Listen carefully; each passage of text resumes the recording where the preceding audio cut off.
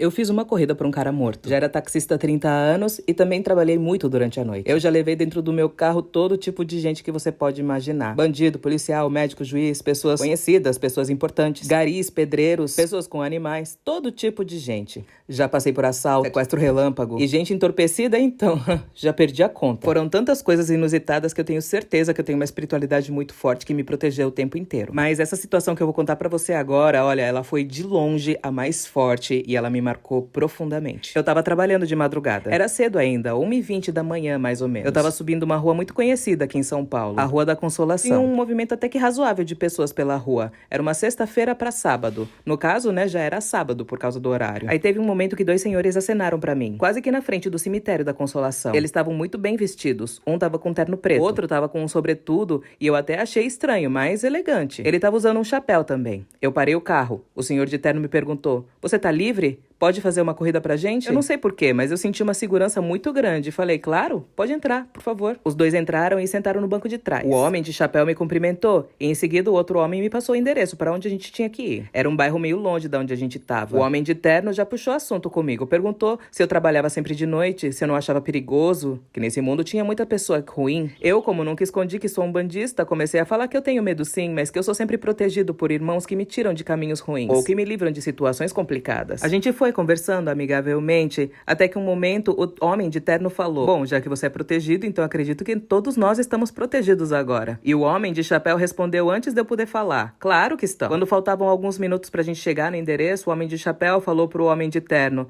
"Lembre-se que deve falar apenas o necessário e depois iremos de uma vez. Seja breve e preciso em suas palavras. Essas chances não são comuns de acontecer." E o homem de terno respondeu dizendo: "Sim, eu vou ser breve." Então o homem de terno falou comigo: "Senhor, eu preciso que faça uma gentileza. Assim que chegarmos no endereço, preciso que buzine 3 vezes seguidas. Meu filho sairá para pagar a corrida. Devido a problemas familiares, não vou poder falar com o meu filho, mas peço que o senhor fale por mim. O senhor me faria esse favor?" Eu disse que sim, mesmo achando aquilo muito estranho. Eu passar um recado pra alguém onde a pessoa que mandou o recado tá junto comigo? Eu não entendi o porquê disso, mas eu disse que não tinha problema nenhum. Então ele disse: "Certo. O meu filho precisa saber que a sua mãe biológica nunca o abandonou. Eu ia falar antes, mas eu não tive tempo. Ela trabalhou para mim alguns anos atrás. Passou a ser amiga da nossa família e conforme foi passando o tempo, passou a ser parte da minha família também.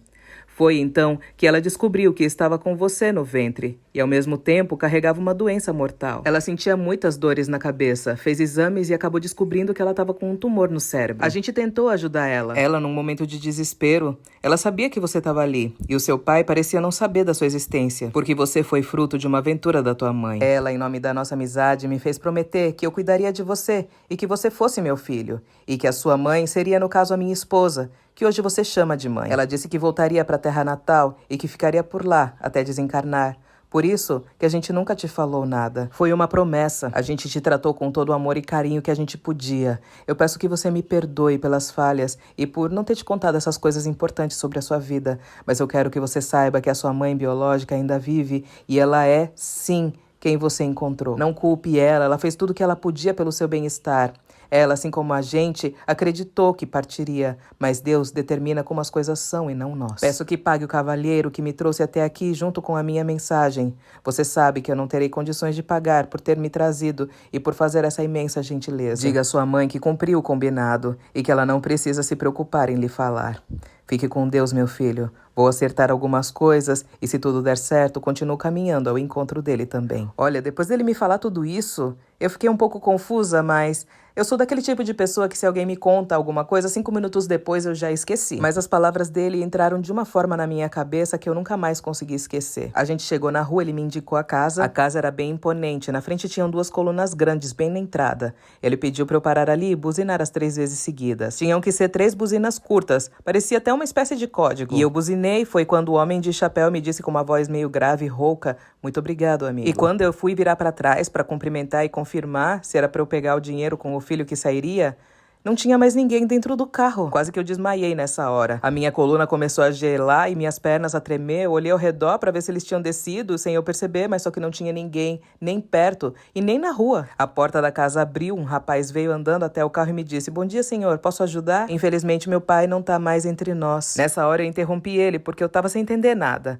Num momento me veio uma serenidade que eu não sei de onde veio e eu comecei a falar. Garoto, eu trago um recado do seu pai pra você. Eu falei tudo exatamente como ele tinha me dito. Inclusive que era pra ele me pagar a corrida. O garoto começou a chorar muito emocionado, me agradeceu, me abraçou e eu fiquei ali com ele por cerca de 1 hora. Eu tava tão atordoada na hora que eu não falei o valor da corrida pra ele. Ele pegou, saiu com um envelope na mão e no envelope estava escrito por fora: entregue isso ao portador da minha mensagem. O garoto me disse: eu não sei o que tem aí dentro, então caso não seja o seu pagamento, eu vou pagar o valor que tá no taxímetro, tá? Então ele me deu um valor um pouco maior do que o valor que estava marcando no taxímetro, mais o envelope. E essa parte também me emociona. Dentro do envelope tinha justamente o valor para pagar a casa que a gente tinha financiado e o carro que era o meu ganha-pão, e eu ainda estava pagando também. Essa foi a melhor corrida da minha vida.